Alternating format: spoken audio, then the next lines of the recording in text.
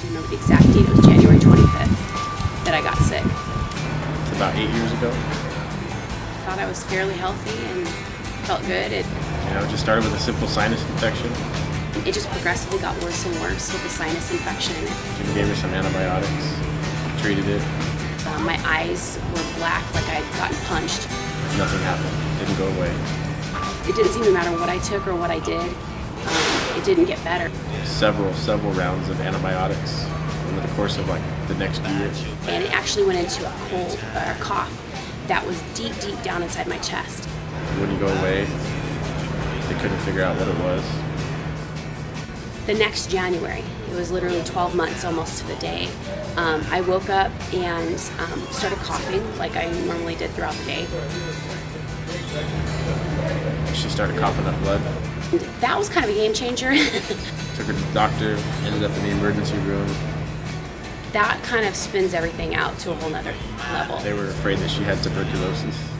Which again, I was like, how am I gonna have TB? Put her in isolation. I think she ended up there for a couple of days at that point. X-rays came back. That's when they told us that she had this 13-centimeter lesion inside of her lungs. The pulmonologist from the hospital said, you do have a lesion in your lung, however, it's not small. It's about 13.5 centimeters. It's the size of a grapefruit sitting in your right lung. He said, we'll have to send you over to Cedars-Sinai. He goes, and they will have to cut you in half. And he said, so my suggestion at this point is that we wait, and we just kind of see how it goes. Released her from the hospital. She ended back up in there a couple days later.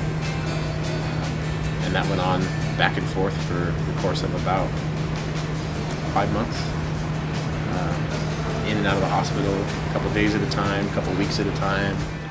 And that kind of just started the spiral down for me. On 3 separate occasions, they had come to me and told me that she wasn't going to make it.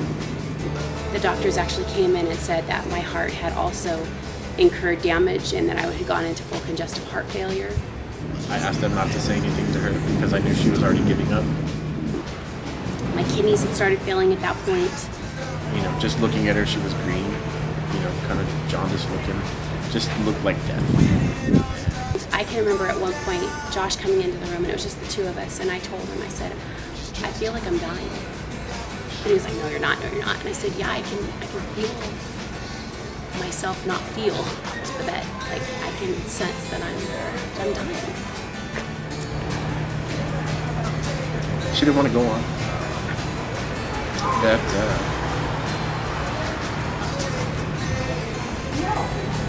She was tired and didn't want to fight. And he just said, well, I'm going to pray. Kind of gave me a second wind, I'm not going to accept that. I can vaguely remember him laying his hands on me and holding one of my hands. And I can just remember him praying, and I don't remember the exact words, but it was something to the effect of, God, you got to do what the doctors can't. And it was like everything shifted in that room. Everything in that moment changed. That was kind of the turning point. She kind of had to dig deep and make a decision of whether she was going to fight or not. And I can remember the doctor walking in a few hours later to check on me, and he was just like, what in the world is going on? And Josh said, we serve a mighty God.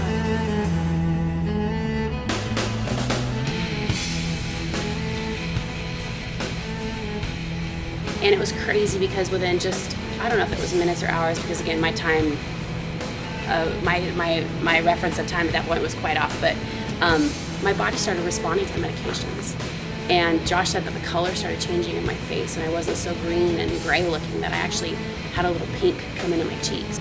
The next day they came back, all of the surgeons were there, the nephrologist, the cardiologist, the pulmonologist, everybody with an ologist after their title came and said, we think we figured out what it is. And it's this disease called Wegener's granuloma vasculitis. And they said, it's a vascular disease that attacks the heart, the kidneys, the skin. I had a long recovery. I had to learn how to walk again and the whole deal, because I was in the hospital for so long. but definitely wasn't out of the woods. You know, her heart was at like 25% function. She only had a small portion of one of her lungs that was functioning.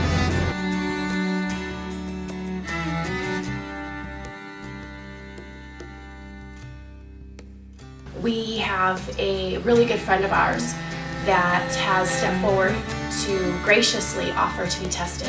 And so we're waiting for one more test to come back to see if she will in fact be my donor.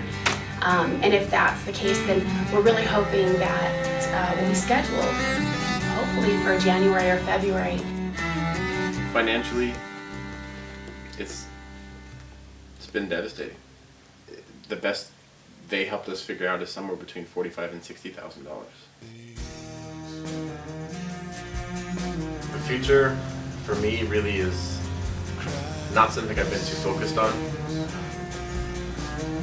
I've been really focused on the present and what's going on, doing dialysis, doctor appointments, trying to find a kidney, the day-to-day stuff. For me, it's all about the future. Especially in the last probably 18 months. I wrote a book and published a book about 18 months ago.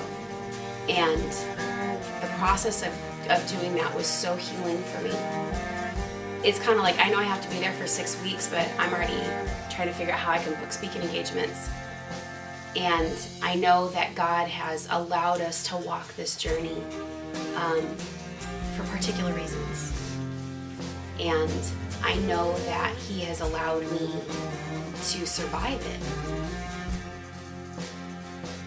for particular reasons. Well, I mean, we know what we're getting over. Been married 15 years, and 8 of those have been more for the worst side. But part of better or worse, or sickness and health. Not something 2 young newlyweds really fully understand, you know. Never expected to be in that position. It's all going to be perfect and fun. So I'd like to get a little bit of that back.